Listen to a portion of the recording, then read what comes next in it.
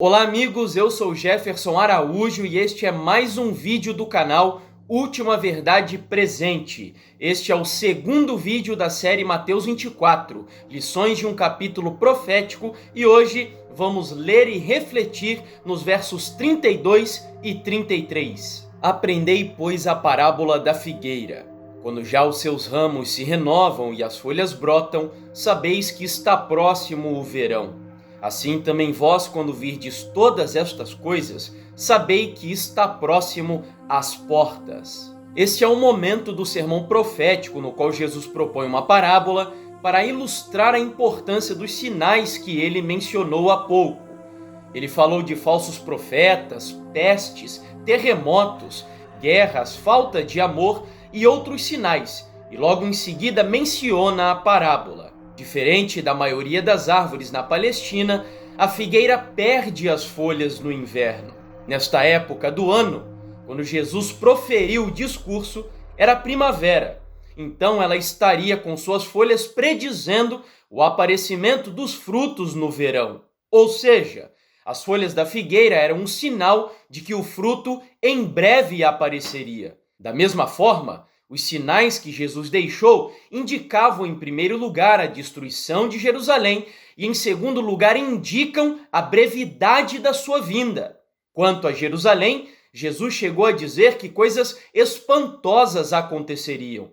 Flávio Joséfo, um historiador judeu que viveu na época da destruição do templo, relatou alguns desses sinais espantosos. Um cometa que tinha a forma de uma espada apareceu sobre Jerusalém durante um ano inteiro. Pelas 6 horas da tarde, a porta do templo, que está do lado do Oriente, que é de bronze tão pesada que 20 homens mal a podem empurrar, abriu-se sozinha. Um pouco depois da festa da Páscoa, a 27 de maio, antes do nascer do sol, viram-se no ar, em toda aquela região, carros cheios de homens armados, atravessar as nuvens e espalharem-se pelas cidades como para cercá-las. No dia da festa de Pentecostes, os sacerdotes, estando à noite no templo interior para o divino serviço, ouviram um ruído e logo em seguida uma voz que repetiu várias vezes: "Saiamos daqui!" Ellen White chegou a dizer que nenhum cristão pereceu na destruição de Jerusalém.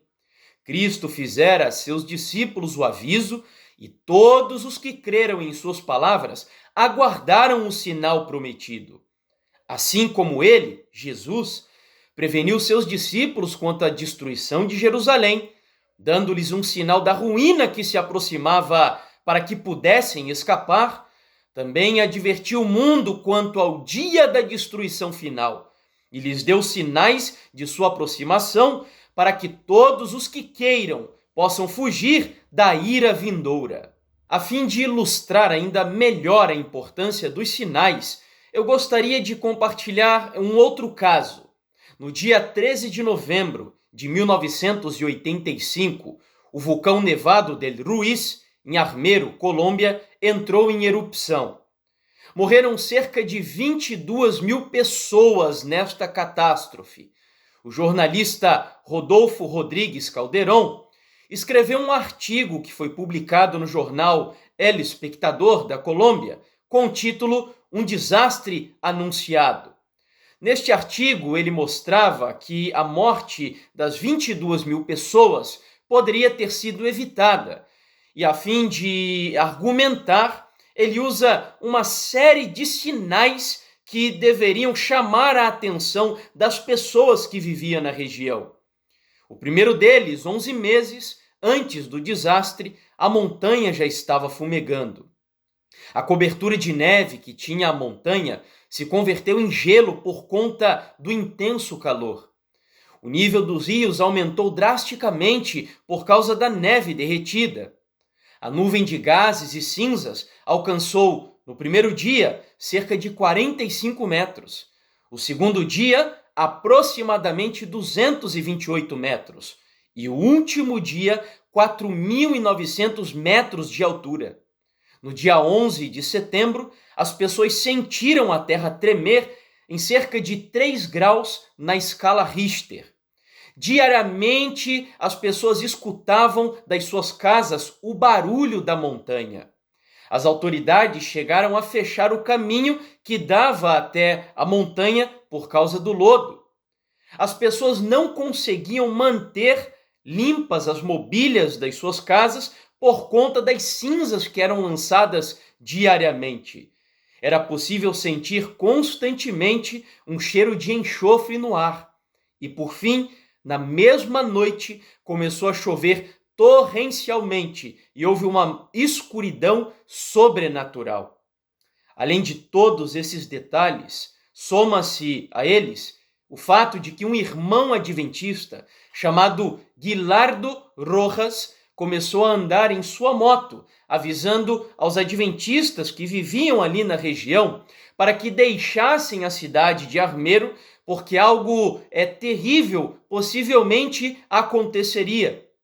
O triste é que na cidade havia cerca de 124 adventistas e destes 120 pereceram.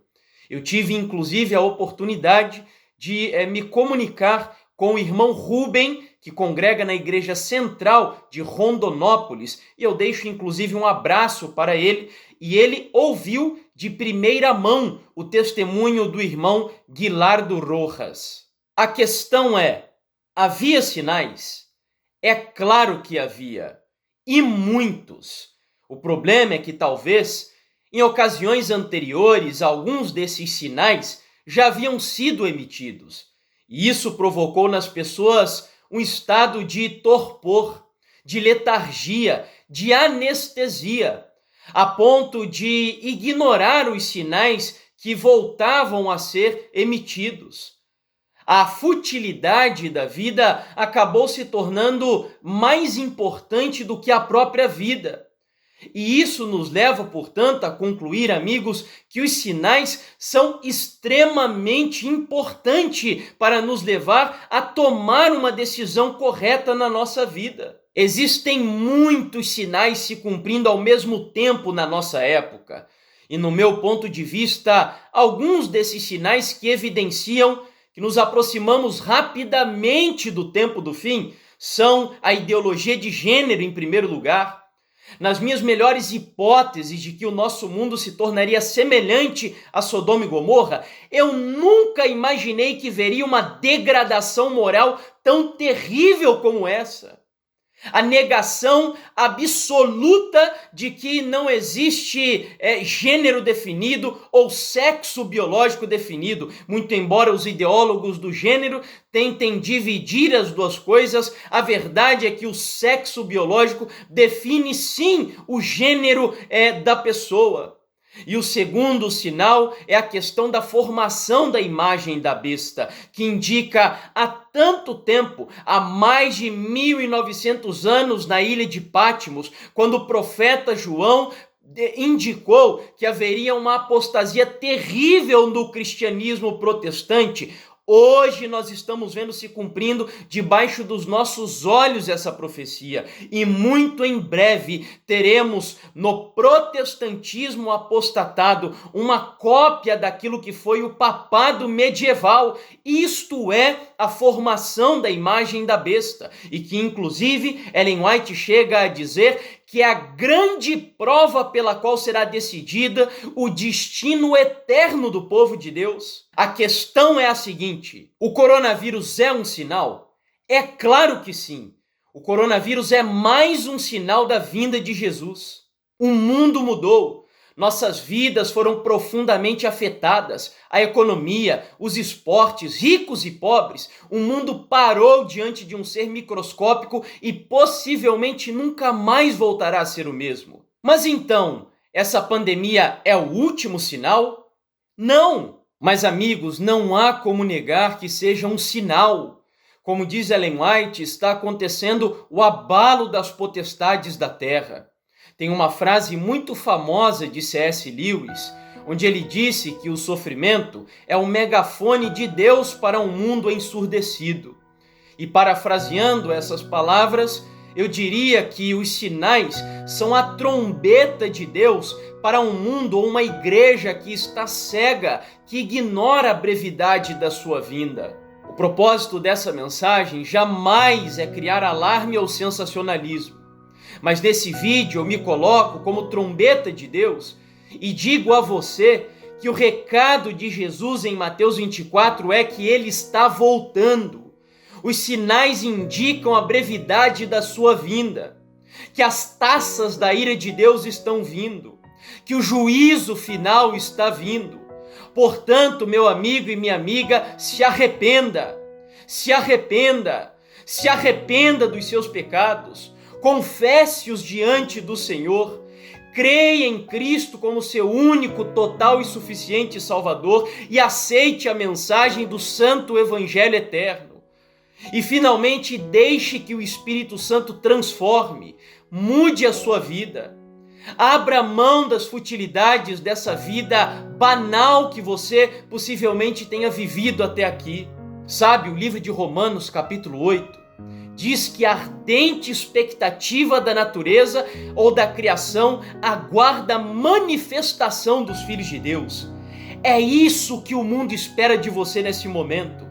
É isso que o céu espera de você agora, no meio dessa crise que nós estamos passando, que você não tenha vergonha de se revelar como um filho de Deus, como um servo de Deus, demonstrando as prioridades da sua vida. Como disse o apóstolo Paulo, eu não me envergonho do Evangelho, porque ele é o poder de Deus para a salvação de todo aquele que crê.